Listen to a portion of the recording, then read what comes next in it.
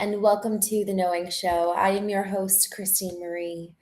We are talking about false humility this morning and what does it mean to kind of live under this facade that we ourselves could actually trick ourselves into believing something that is entirely not true.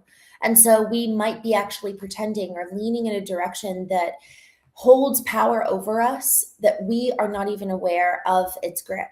And so, as we dive into this morning, I want to start just by sharing some context that really inspired this conversation to begin with. And it comes from our reading this morning from A Course in Miracles.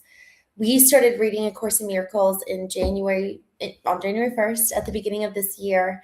And we've been moving through it throughout the year. And we are on what day is it? 239 of the year, which is crazy how fast the year is going.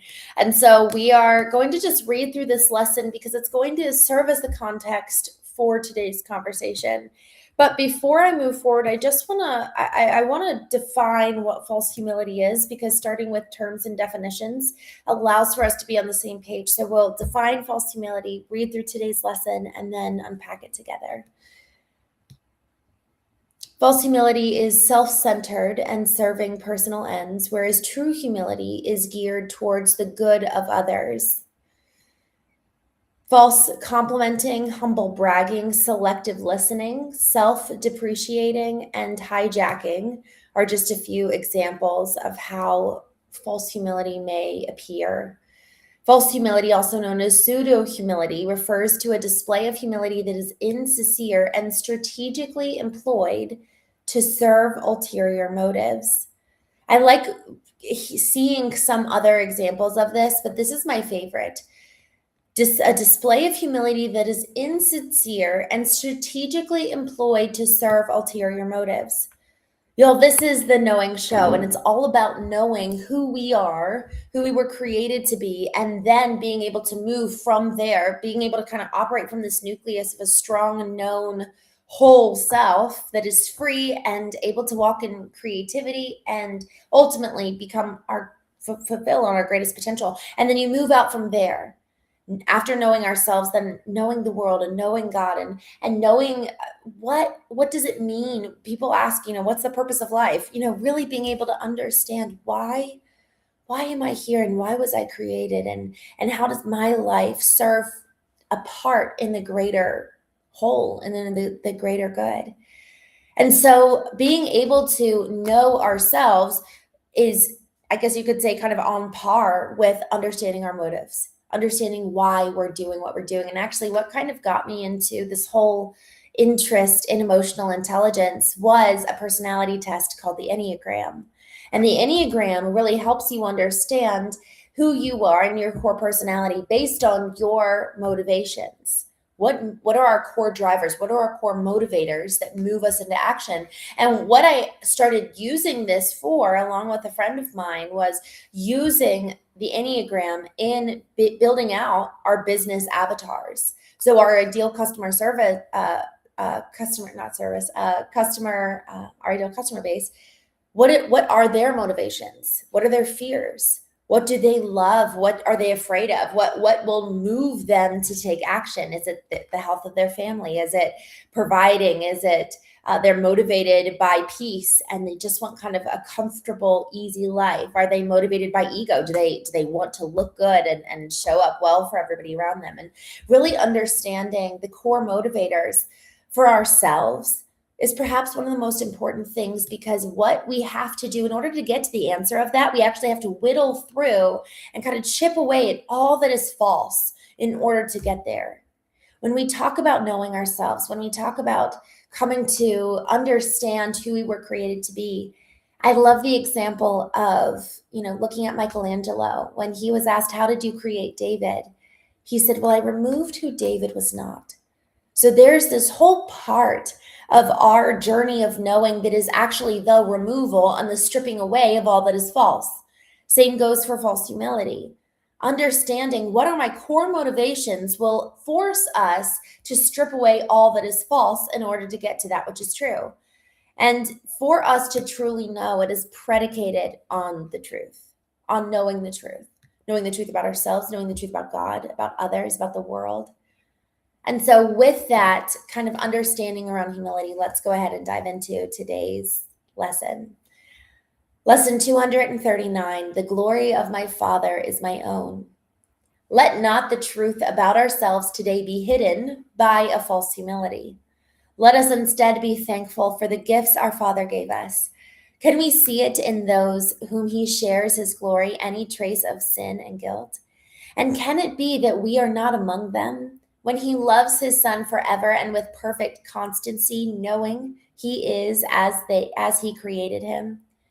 We thank you, Father, for the light that shines forever in us, and we honor it because you share it with us. We are one, united in this light and one with you, at peace with all creation and ourselves. Let not the truth about ourselves today be hidden by a false humility. Y'all, it was actually in A Course in Miracles earlier this year where we were challenged at a pretty in a pretty humbling way, we'll just say that. The author of A Course in Miracles effectively shared that by us not walking in our identity, by us not living according to and as high and as honored as God would have it, we are actually operating in false humility and saying, no, you're wrong, God. I don't deserve that. And we're effectively slapping our Creator in the face. So if the created is to live in accordance with its full prowess, with its full purpose, then we have to acknowledge the truth about ourselves. But so much of the truth about ourselves is actually beautiful. It's actually wonderful. And so do we have the courage to accept the truth about you and me that is, we are loved, we are cherished, we belong? When you look at statistics, people are far more likely to listen and read and tune into the bad news than the good news. There is something programmed in us that's addicted to the trauma and addicted to the negative. So there's almost a rewiring that needs to take place. We had a dear friend of mine, Rochelle Watkowski, on the other day where we were talking about rewiring different pathways of our brain, and she talked about the reward system. Our parts of our mind inside of our reward system are looking for dopamine hits. And when we start getting them in a specific way, we actually crave that. And then it kind of mutes out and dulls the rest of the world. So if we've tasted the sweetness of chocolate and all the cakes and cookies and sweets of artificial flavoring, artificial sugar, well, then when we bite into an apple, it doesn't taste as sweet.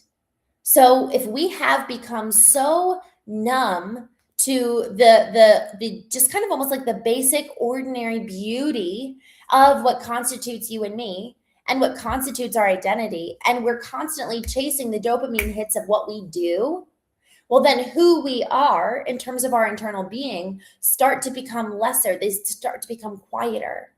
And so for us to be able to kind of rewire our brain, there needs to be a muting, an understanding that, you know, the things that I have placed my worth in, the things that I have identified as making me worthy to step into my identity. Well, if that's not true, then how do I start kind of detaching myself from those dopamine hits? It doesn't mean we don't continue to do and we don't continue to do the things externally that indicate success by the world around us. But it does mean that our metrics internally of how we measure our own worth have to change. And what that might mean is that there is a detox time where we get off our phones for a couple of weeks and just allow for kind of readjusting to the beauty of and wonder of nature so that we can go sit outside and not feel like we're wasting our time and we're only worthy when we're doing, but instead we can find meaning and fulfillment in simply being present in the moment. That difference between being and doing is so significant. And so often false humility tends to come around the doing. So if we're told, if we're looked at by our partner, by a parent, by a friend, by God, that says you are who you are loved, you are cherished, you are wanted, you belong. That core part of our identity, frankly, that's shared by every single one of us. But we don't understand that part of our identity, and we only understand it by proxy of what we do, then we're fundamentally never going to believe what they have to say. Let not the truth about ourselves today be hidden by a false humility. So, going back to the definition of false humility, it is a display of humility that is insincere and strategically employed to serve ulterior motives. Y'all, sometimes ulterior motives is simply us experiencing shame and needing to prove to ourselves that we're not as bad as we think we are. Those could be the ulterior motives, is that we're like, no, I'm not that great. And then we need other people to reaffirm that we are.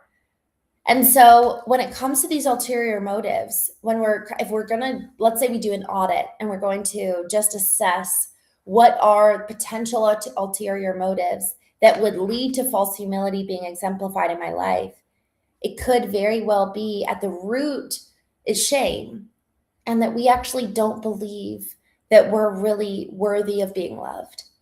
That alone will be a huge motivation for why we show up the way we do, why we're looking for accolades or praise. Another one could be just it could be a real true belief that it's not just shame. It's like, no, I genuinely believe that I'm not worthy unless I prove myself, because that was how I was raised. It was a transactional household. So based on how we were raised, so often is what reflects in the way that we encounter ourselves in adulthood.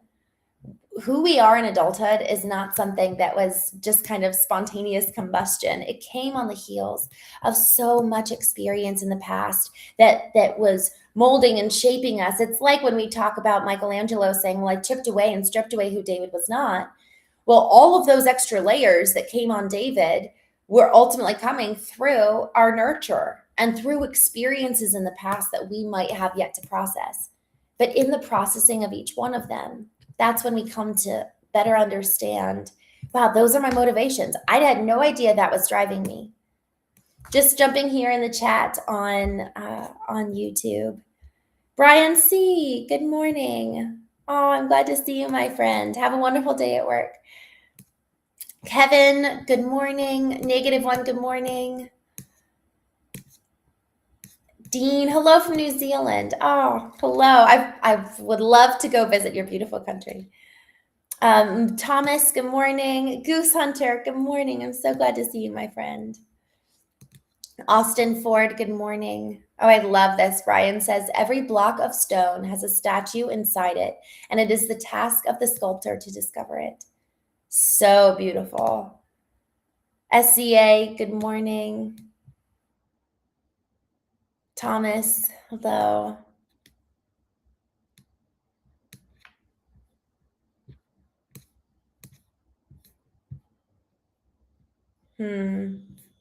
People are dropping some wisdom here in the chat on YouTube. Wow. Brian J., good morning. T-Zilla, good morning. Goose Hunter says, what is the best way to prevent our passion from becoming an obsession and an obsession from turning into an addiction, as the line between them is very thin? What a good question. You know, this makes me want to, we had 2 conversations this week with 2 ladies who are one has a master's degree in neuroscience and another is self-taught and absolutely brilliant. And so I'd love to hear their more so clinical perspective here. I have found for myself that anytime my identity starts becoming wrapped up in my passion, that's when it starts turning and kind of crossing the line into, let's say, obsession or even addiction or simply something that is unhealthy. So y'all, if we understand our indicators of when we start moving out of health versus what health looks like, that's going to be one of the surest ways to protect us from experiencing something that's really good and really beautiful, and perhaps our mission in life from getting corrupted. So our own ability to be aware, we were talking about false humility and understanding what are our ulterior motives. Us understanding and taking the time to know who we are is going to be the thing that safeguards us. It safeguards our mission. It protects our mission. Last week, I had my darling ask a very hard question. He said, how many of your decisions have been motivated by ego or have been made from a place of ego? And that was, talk about looking in the mirror. It was so good because ego for me actually shows up a lot of times as false humility. It shows up as no, I can't do that, or no, like, oh, I'm not worthy, or no, I don't deserve it, rather than the rolling the shoulders back and confident in who I was created to be, who God says that I am. This is why it's so brave and so courageous to believe the truth about ourselves. So if I have a thumb on the pulse of my fear, if I have a thumb on the pulse of ego, and then I can move towards my mission, move in life in general, my passion, simply doing, if my doing and the action in my life, my behaviors are rooted in healthy, aligned beliefs, then the beliefs themselves are the safeguards for our behaviors. But I would also add on an additional layer. So we've got the internal compass and the internal kind of warning system and signals that we've got watching us. And then adding in an additional layer of protection, which is inbuilt accountability, of letting people know, hey, this is what it looks like when I'm not healthy. This is what it looks like when I'm on track, when I'm living according as I should.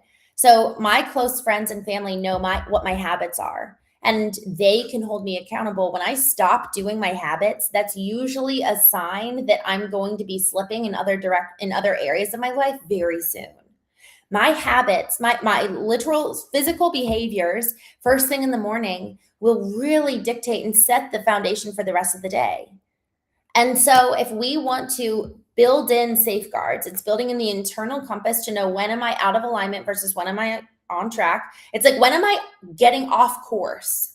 Alignment, I like to think of it as our compass is pointing north. We're navigated north, heading in the right direction. But man, if our compass tweaks even so slightly to the left or to the east or to the west, well, then we actually don't know we're off course until perhaps many miles. And then all of a sudden we're so far off. 1 degree alone can be the thing that knocks us completely off course and changes our destination entirely. So the intent is that we have these, I like to think of it as a horse with blinders on, where we've got such clear focus on, what does north mean? Where am I going? What are the boundaries and guardrails that will keep my ship guided in the right direction? What are the indicators that let me know, what are the signals that, I'm off course? And then where can I build in like the buoys in the water, which is other people, so that if my ship does start navigating off course, I actually have a built-in buoy of my darling or anyone else in my life who's close to me, challenging me and saying, hey, what's going on? Are you okay? And guys, I've even had y'all challenge me. I had Nika a couple weeks ago was like, hey, are we going to get back into A Course in Miracles? Because I took a pause from that. And that was such a good moment to be like, you know what? Yes, we are. Thank you. I honestly, some of the times why we get off course, fear, ego, sometimes it really is a lack of remembering who we are, remembering our mission, remembering our priorities and our values. And so in order to get back to move out of fear, move out of ego, move out of forgetting and remembering and coming back to that place, it really does start with coming home. It's being the very first step of emotional intelligence is being aware of, understanding, and conveying one's own emotions. And so if we want to come back home, the very first step is to first be aware, I'm off course, come back. And then coming back home and actually having a home, having a dock to come back to. It could look like every single morning, what's your habit stack? That might be coming home for you. Maybe coming home for you is going to your counselor. Maybe coming home to you is a physical place in which what, I need to set aside 3 days and I need to go away for the weekend and go get a reset and kind of retreat. My family used to do that. My dad would take us on retreats where we would all read together and just kind of pursue truth together. So there's so many different ways that we can have resets in our lives. But I hope, Goose Hunter, that was helpful. And feel free to ask further if we should go deeper in that direction. Jay, Ren, good morning. Corey, good morning. Image Bill, Elohim, I'm so glad to see you. It is false humility to declare oneself a servant of God, where Bible declares God is not served by human hands if he needed anything. Interesting. Well, we are sons of God, which is perhaps even better than a servant of God. Jameson, good morning. Smarty Jones, good morning. Smarty Jones says, wait, this is free? We should have to pay for hanging out with you. You know, you saying that, it's so funny. We've been talking about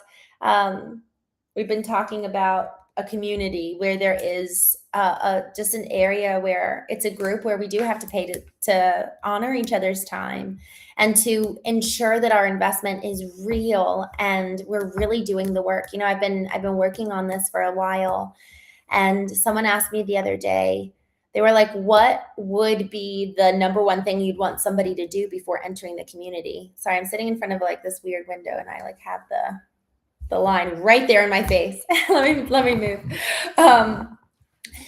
And I said, you know, it'd be really meaningful if those who came to the Knowing Show or came to the Knowing community had done 5 days of journaling and prompts that I've created, because what that does is on the other side of it, we have an established starting point. For example, when I held my first Knowing retreat, and for the few after, everyone had to read my book. That way, everybody showed up and attended the retreat at the same knowledge point around emotional intelligence and knowing, so that we could be so much more intentional about our time. So I chuckled at what you said, because we've been talking about that a lot. Scrolling down.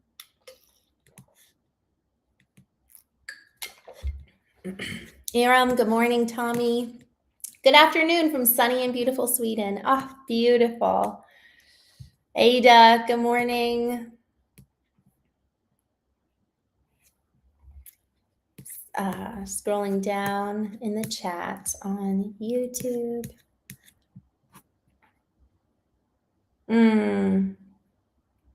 Oh, Goose Hunter, I'm so glad. Good. Unmute. Good morning. Y'all, thank you so much for joining today. I am so grateful for our time together. I will be back on actually later today. Let me see. I have a guest. Oh, I'm excited for this one. I have a guest at 6 p.m. Eastern, 3 p.m. Pacific time. I hope you have a wonderful day. I will see you later today, 6 p.m. Eastern, 3 p.m. Pacific. I'll see you then. Y'all have a wonderful day.